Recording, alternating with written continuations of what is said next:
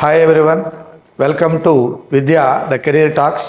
Myself, RV, Mathematics faculty.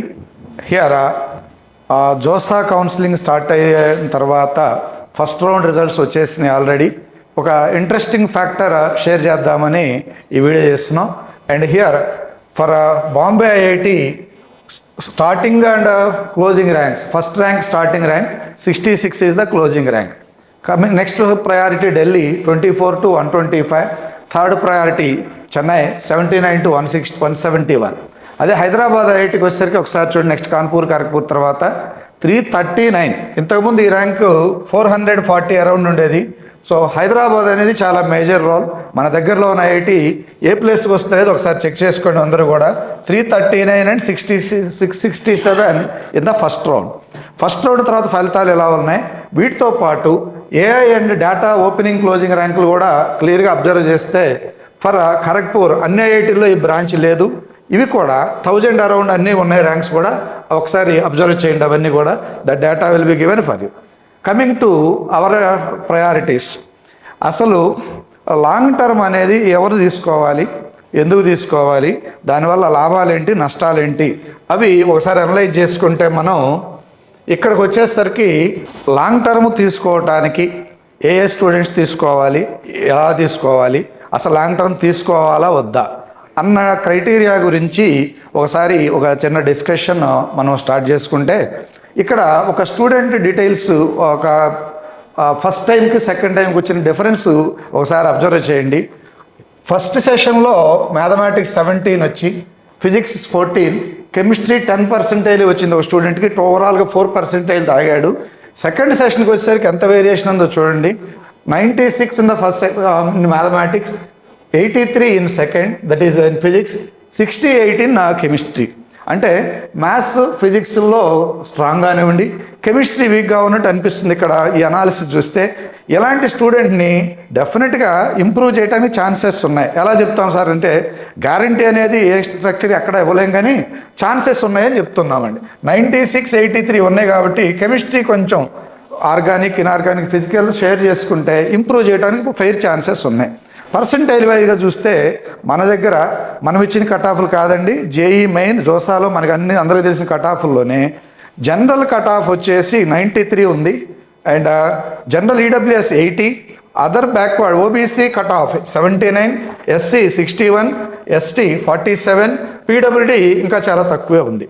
So ఈ category cut ఆఫ్లు చూసుకుంటే ఎవరైనా సరే 90% అరౌండ్ ఉండి మేము ఏ డీవియేషన్ లేకుండా మరలా ఈ సంవత్సరం గ్యారంటీగా సోషల్ మీడియాకు దూరంగా ఉండి, ఫోన్కు దూరంగా ఉండి, ఇంకా మిగతా ఏవి లేకుండా 100% సిన్సియర్గా వర్క్ చేస్తామని అనుకున్నప్పుడు కనీసం ఈ 90 అరౌండ్ ఉన్న వాళ్ళే ట్రై చేయటం మంచిదనేది ఒక సలహా. అండ్ జనరల్ ఈడబ్ల్యూఎస్ కూడా దీనికి కొంచెం అటు ఇటుగా ఒక 2-3% బట్టి చూసుకొని ఈ పర్సంటైల్ ప్రకారం అయినా సరే 1 or 2, లేదంటే ఇక్కడ ఓబీసీలో 80% ఉంది, నెక్స్ట్ మనం ఎంత ఇంప్రూవ్ చేసుకోగలం అనేది. ఈ మినిమం ఇవైతేనే క్వాలిఫైయింగ్ కట్ ఆఫ్ వస్తాయి కాబట్టి దీన్ని బట్టి జేఈ మెయిన్కి, జేఈ అడ్వాన్స్కి మనం ఎలా ఇంప్రూవ్ చేసుకోవచ్చు. పేరెంట్స్ ప్రోద్బలంతోటో, బ్రదర్ సిస్టర్ ప్రోద్బలంతో, లేదంటే కజిన్స్ ప్రోద్బలంతో వాడికి ఆ సీట్ వచ్చింది కాబట్టి నాకు ఇది వచ్చిందని ఫస్ట్లో అనుకొని 1 year ఈ టెంపో మెయింటైన్ చేయలేకపోతే డెఫినెట్గా నష్టమే జరిగిద్ది. లేదు 1 year నేను సిన్సియర్గా నేను కష్టపడిన స్టూడెంటు పేరెంటు కౌన్సిలింగ్ తీసుకొని కనుక అటెండ్ అయితే మంచి రిజల్ట్స్ తెచ్చుకోవడానికి ఎప్పుడైనా ఛాన్సెస్ ఉన్నాయి. గతంలో అయితే లాంగ్ టర్మ్ చేయాలా వద్దా అనే డెసిషన్కి వచ్చేసరికి మనకి ఇంజనీరింగ్ సైడ్ వచ్చి ఐఐటీల్లో 18,000 సీట్స్ అవైలబుల్ ఉన్నాయి ఇప్పుడైతే. అండ్ ఓవరాల్గా ఎన్ఐటి, ట్రిపుల్ జిఎఫ్టీలో టోటల్ సీట్స్ 62,000 అవైలబిలిటీ ఉన్నాయి. అదే ఎన్ఐటీలకు వచ్చేసరికి 14 టోటల్, జేఈ మెయిన్స్ 14 lakhs రాస్తున్నారు, అడ్వాన్స్ 250,000 క్వాలిఫై అయినా 180,000 ఈ సంవత్సరం అటెంప్ట్ చేశారు. అంటే దాని అర్థం టోటల్గా ఉన్న 180,000 మంది రాస్తే మనకి 18,000 సీట్లు ఉన్నాయి. సో 1:10 రేషియోలో ఎగ్జామ్ జరుగుతుంది, అడ్వాన్స్ ఎగ్జామినేషన్ అనేది. సో మెయిన్స్ ఎగ్జామినేషన్కి వచ్చేసరికి మనకి సక్సెస్ రావాలంటే ఏం చేయాలి, ఏమి చేయకూడదు, అలాంటి ఫ్యాక్టర్స్ కొన్ని ఒకసారి డిస్కస్ చేసుకుందాం. మరలా ఇక్కడ మ్యాథమెటిక్స్, ఫిజిక్స్, కెమిస్ట్రీలో 20-25 పేపర్స్ తీసుకుంటే mathematics difficult to lengthy, physics moderate to difficult, chemistry easy to moderate, కానీ కొన్ని చాప్టర్స్లో మోడరేట్ టు లెంగ్ది కానీ ఉండొచ్చేమో క్వశ్చన్స్. బట్ స్కోరింగ్ అల్టిమేట్గా కెమిస్ట్రీయే, నెక్స్ట్ ఫిజిక్స్, నెక్స్ట్ మ్యాథ్స్. అంటే కొన్ని సందర్భాల్లో టఫెస్ట్ పేపర్స్ వచ్చినప్పుడు ఒక మ్యాథమెటిక్స్లో వాళ్ళు 7 క్వశ్చన్స్ రాసాం సార్, 8 క్వశ్చన్స్ రాసాం సార్, లేదంటే 10 క్వశ్చన్స్ రాసామని చెప్తున్నారు students. Even though they attempted 10 questions, that gives 98 to 99% in mathematics because of difficulty of the examination. అక్కడ క్వశ్చన్స్ మ్యాటర్ కాదు, మనకి టోటల్గా స్కోర్ ఎంత చేయగలిగాము, ఎంత పర్సంటేజ్ వచ్చింది. ఫస్ట్ టైం రాసినప్పుడు నేను కాన్సన్ట్రేట్ చేయలేదు, ఈ స్టూడెంట్తో నేను మాట్లాడటం జరిగింది. ఫస్ట్ టైం అసలు నేను ఐపీ మీద కాన్సన్ట్రేట్ చేసుకున్నాను సార్, నా వల్ల కాలేదు.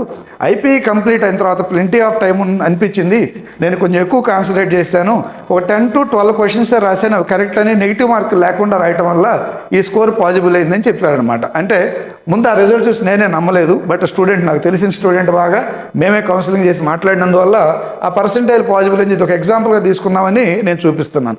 ఇక్కడ 96 ఫస్ట్ టైం తగ్గి సెకండ్ రావడం ఈజీ అయితే కాదు, but it is happened because he wrote only those questions he no very well.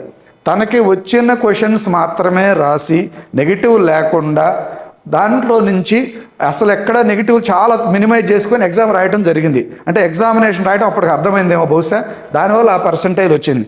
So this is a very important factor for us. So maths, physics, కెమిస్ట్రీలో ఏ చాప్టర్లో ఎక్కడ వీక్గా ఉన్నామో వాటిని ఎట్లా కంప్లీట్ చేసి ఓవర్కమ్ అయి రావాలి. ఉండేది ఆర్గానిక్, ఇన్ఆర్గానిక్, ఫిజికల్ కెమిస్ట్రీలో ఎక్కడ వీక్గా ఉన్నాము, అలానే ఫిజిక్స్లో కూడా ఏ టాపిక్లో వీక్గా ఉన్నాము, మ్యాథమెటిక్స్కి వచ్చేసరికి ఉన్న వాటిలో ఆల్జిబ్రా కానీ, జామెట్రీ కానీ, క్యాలిక్యులస్, ట్రిగ్నామెట్రీ పార్ట్లో ఎక్కడ వీక్గా ఉన్నాము, ఎన్ని చాప్టర్స్ చేస్తే మనకి మార్క్స్ వస్తాయి, ఈ అనాలిసిస్ దగ్గర పెట్టుకొని కొంచెం ఏ చాప్టర్స్ నుంచి రీసెంట్గా ఎక్కువ క్వశ్చన్స్ వచ్చినాయి, మనం ఏ చాప్టర్లో క్వశ్చన్స్ ఇంతకుముందు అటెంప్ట్ చేసాము, అవి ఎట్లా ఓవర్కమ్ చేసుకోవాలి. It differs from student to student. Generalize చేసి చెప్పలేమండి. లాంగ్ టర్మ్కి వచ్చేసరికి ఒక్కో స్టూడెంట్కి ఒక్కొక్క డిఫికల్టీ ఉంటుంది, నెగిటివ్ ఫ్యాక్టర్స్ ఉంటాయి. టీచర్స్ తోటి, ఇక్కడ కౌన్సిలర్స్ తోటి కౌన్సిలింగ్లో డిస్కస్ చేసుకొని ఎలా ఇంప్రూవ్ చేసుకోవాలో ఒక ప్లాన్ తీసుకొని ఆ ప్లాన్ వర్కౌట్ చేసుకొని అది వర్కౌట్ అయిద్దో కాదో డిస్కస్ చేసుకొని దాని ప్రకారం ముందుకెళ్తే 100% అష్యూరెన్స్ ప్రొవైడెడ్. 2 years అంటే ఈ 1 year అయిపోయే వరకు కూడా డీవియేషన్స్ పెట్టుకోకూడదు. ఈ సోషల్ మీడియాలో మొబైల్కి ఎడిక్ట్ అవ్వకుండా ఉండి కేవలం ఎడ్యుకేషన్ మీద కాన్సన్ట్రేట్ చేసి కనుక విపరీతంగా వీటి మీదే అకాడమిక్ మీద ఫోకస్ పెట్టుకొని వర్క్ చేస్తే, టీచర్ని బిలీవ్ చేసి, సిస్టమ్ని బిలీవ్ చేసి వర్క్ చేసుకుంటే మాత్రం డెఫినెట్గా లాస్ట్ టైము ఇంప్రూవ్ అయిన స్టూడెంట్స్ ఉన్నారు. అవి ఎక్కడైతే పాజిటివ్ ఫ్యాక్టర్స్ ఉంటే అవి తీసుకుంటూ రావాలి. లాస్ట్ ఎగ్జామ్ అయ్యే వరకు కూడా నెగిటివ్ థాట్స్కి వెళ్లకుండా వర్క్ చేసుకుంటే రిజల్ట్స్ అయితే తీసుకురావచ్చు. దట్టు కోచింగ్ తీసుకున్న తర్వాత ఒకటే ఎగ్జామ్ కాదు, all exams, whatever the examinations that you are going to let in future. JEE mains 2 సెషన్స్కి ఎంత టైం ఉందో చూసుకోవాలి. ఫస్ట్ సెక్షన్కి మనకి జనవరికి వచ్చేస్తుంది, ఆల్మోస్ట్ జూన్ ఎండింగ్లో ఉన్నాం, జూలైలో స్టార్ట్ చేసుకుంటే July, August, September, October, November, December కంప్లీట్గా రివిజన్కి వస్తుంది. ఆల్రెడీ తరువుగా బాగా ప్రాక్టీస్ చేసినటువంటి చాప్టర్స్ ఏమేమి ఉన్నాయి, వాటి నుంచి కాకుండా ఏమేమి డిఫికల్టీ ఉన్నాయి అవి ఎక్కడ మనం స్ట్రెంగ్తన్ చేసుకోవాలి. ఫర్ ఎగ్జాంపుల్ క్యాలిక్యులస్కి వచ్చేసరికి ప్రతి పేపర్లో కూడా areas, differential equations, definite integrals ఇవి లేకుండా పేపర్ లేదు. అలానే బైనామియల్ థియరం, దాని నుంచి కూడా డెఫినెట్గా క్వశ్చన్ ఉంటుంది. సెట్స్ రిలేషన్స్ నుంచి ఉన్నాయి, ప్రోగ్రెషన్స్ నుంచి క్వశ్చన్స్ ఉన్నాయి. ఈ చాప్టర్స్ నుంచి క్వశ్చన్స్ ఉన్నప్పుడు అవి కంప్లీట్గా వదిలేసి ఏదో బోర్డ్ ఎగ్జామినేషన్ మార్క్స్ తెచ్చుకున్నట్టు కనుక ఎగ్జామినేషన్ ఆబ్జెక్ట్ ఎగ్జామినేషన్ రాస్తే మంచి రిజల్ట్స్ రావు. డెఫినెట్గా అవి రావాలంటే ఈ చాప్టర్స్ మళ్ళీ ఒకసారి సర్వ్ చేసి each and every question previous, mains and advance కానీ కాన్సెప్ట్ ఎక్కువ సాల్వ్ చేసుకుంటేనే మనకి మంచి రిజల్ట్స్ రావడానికి ఛాన్సెస్ ఉన్నాయి.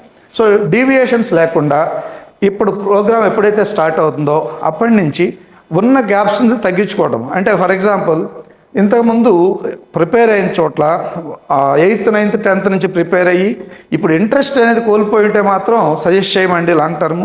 అలా కాకుండా కొంత ఐపీ ప్రిపరేషన్ అప్పుడు లేదా ఆబ్జెక్టివ్ కోచింగ్ తక్కువగా ఉండి ఇంతకుముందు చేసిన టైంలో మనకి మార్క్స్ ఓరియంటేషన్ అనేది ఆబ్జెక్టివ్ ఓరియంటేషన్ తక్కువగా ఉండి కాన్సెప్ట్ స్ట్రాంగ్గా ఉన్నాయి అనిపిస్తేనే సజెస్ట్ చేయటం జరుగుతుంది.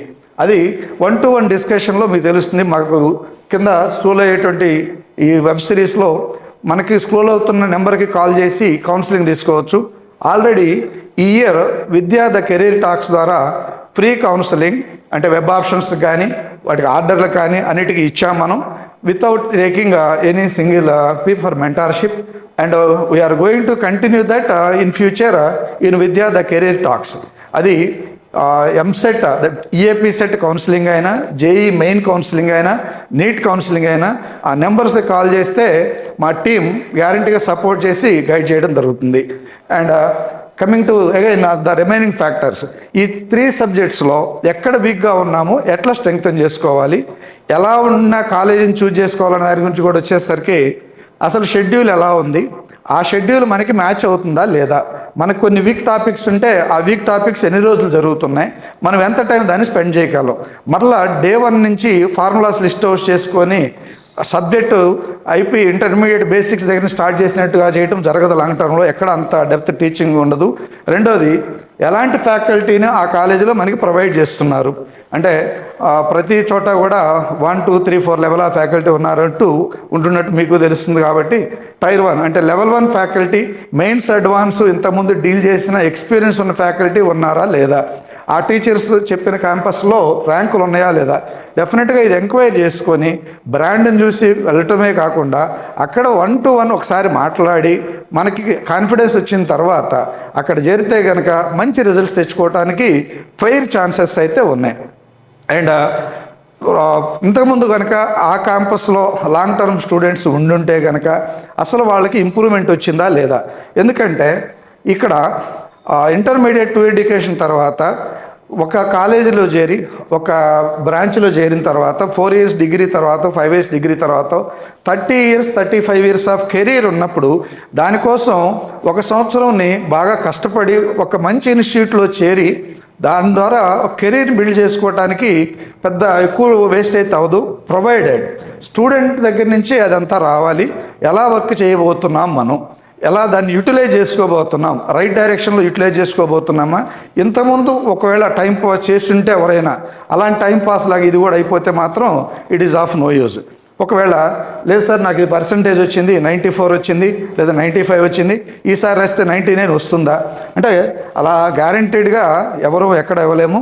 ఉన్నంతలో కొంతవరకు ఇంతకుముందు అక్కడ ఆ క్యాంపస్లో లాంగ్ టర్మ్ ఉన్నాయా లేవా, అక్కడున్న ఫ్యాకల్టీ అది టీచ్ చేశారు లేదా అనేది మెజర్మెంట్ ఒకసారి మీరు క్రాస్ చెక్ చేసుకొని ఒక 4-5 క్యాంపస్ విజిట్ చేసి అయినా సరే ఓపిక్గా ఆ రిలేషన్ అది ఆ అనాలిసిస్ ఒకసారి చూసుకొని ఒక డెసిషన్ తీసుకొని జాయిన్ అయితే దానివల్ల రాబోయే రిజల్ట్ డెఫినెట్గా మీరు ఎంజాయ్ చేయడానికి ఛాన్సెస్ ఉన్నాయి. But before taking decision you can enquire, you can check the entire property, you can check entire data before going to the sessions. అంటే ఒక స్టూడెంట్ గురించి చెప్తున్నాము, తగ్గిన వాళ్ళు కూడా ఉంటారు ఇలాగా, దీని గురించి అని కాదు. This is just one example. అయితే ఇంతకుముందు కెమిస్ట్రీ, ఫిజిక్స్, మ్యాథ్స్లో కొంతమంది మాట్లాడుతున్నప్పుడు కొంతమంది వీటిలో స్ట్రాంగ్ ఉండి వాటిలో వీక్గా ఉంటాం. అది టాపిక్ వల్ల జరిగిందా, ఆ రోజు ఆ ఎగ్జామ్ వల్ల జరిగిందా, హెల్త్ రీజన్స్ వల్ల పోయిందా, ఇలాంటి ఫ్యాక్టర్స్ అన్నీ అనలైజ్ చేసుకొని ఎస్ నేను వర్క్ చేయగలను అనుకున్నప్పుడు మాత్రం ఒక డెసిషన్ తీసుకొని ఆ లాంగ్ టర్మ్కి వెళ్ళి రిజల్ట్ ప్రొడ్యూస్ చేసుకుందామనే డెసిషన్ తీసుకొని ఇక్కడి నుంచి జరగబోయే టైంని ప్రాపర్గా యూటిలైజ్ చేసుకుంటే JEE main, advance as well as coming EAP set examsలో one of them, the best, your best you can give by utilizing your time. And here in Vidya the career talks, but the scrolling number if you contact, we will give proper guidance to everyone. All the best to all of you.